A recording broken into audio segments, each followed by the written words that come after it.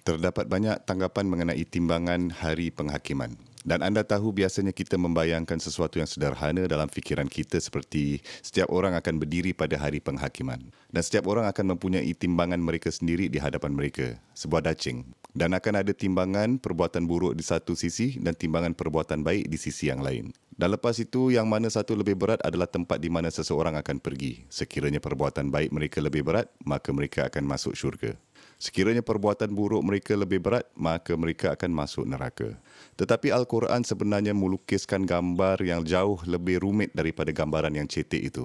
Untuk membantu kita memahami apa yang sebenarnya akan berlaku pada hari penghakiman, bagaimana perbuatan kita akan ditimbang dan apa ertinya bagi kita sekarang. Wal waznu yauma izil haq. Timbangan pada hari itu dan pengukuran pada hari itu benar dan tepat. Perkara pertama, ia bermaksud ia nyata. Jangan berfikir bahawa hari penghakiman tidak akan berlaku. Al-Haq boleh bermaksud Al-Haqiqah. Itu adalah suatu kenyataan, oleh itu jangan ragu. Tetapi makna lain dari Al-Haq sebenarnya adalah tepat dan benar dan juga betul. Hak juga haqqulaha kerana sesuatu yang sah daripadanya. Allah hampir mengatakan semua timbangan yang kita miliki sekarang tidak tepat dan semua penilaian yang kita ada sekarang mempunyai tahap ketidaktepatan. Bahkan Rasul kami SAW, orang-orang datang kepadanya dengan sesebuah perselisihan. Dan salah seorang daripada mereka datang dan membuat satu kesnya dan berkata, inilah alasan aku, mengapa aku fikir aku betul. Dan dia bercakap dan memberikan ideanya dan hujah dan buktinya nampak sangat jelas. Orang ni pula, lagi satu tidak pandai bercakap. Dia malu, dia gelabah. Kelihatan seperti seorang yang lagi itu mempunyai kes yang baik dan orang ni pula tidak mempunyai kes yang baik. Perkara yang sama seperti ini juga boleh berlaku hari ini di mahkamah. Seseorang boleh mendapatkan peguam yang sangat baik dan seorang lagi pula boleh mendapatkan peguam yang teruk dan sepertinya.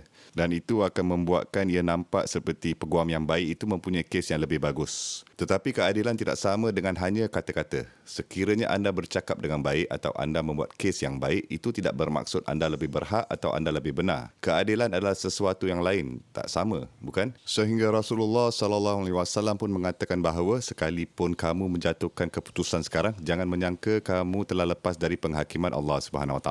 Penghakiman Allah adalah perkara lain sama sekali. Itu satu set standard yang berbeza. Kerana Allah Azza wa Jal mengetahui kenyataan-kenyataan jauh melebihi apa yang dapat kita ketahui. Begitu juga dengan undang-undang Islam. Hukum Islam lebih baik daripada undang-undang lain kerana itu adalah hukum yang diberikan oleh Allah Azza wa Jal. Tetapi pada masa yang sama, hukum Allah juga boleh disalahgunakan. Hukum Allah boleh dimanipulasi. Seseorang misalnya boleh dikenakan hukuman dalam Islam kerana mereka didapati bersalah. Mereka boleh didapati bersalah di mahkamah undang-undang. Mungkin dengan bukti yang dikemukakan adalah bukti yang rosak atau dipalsukan, saksi palsu.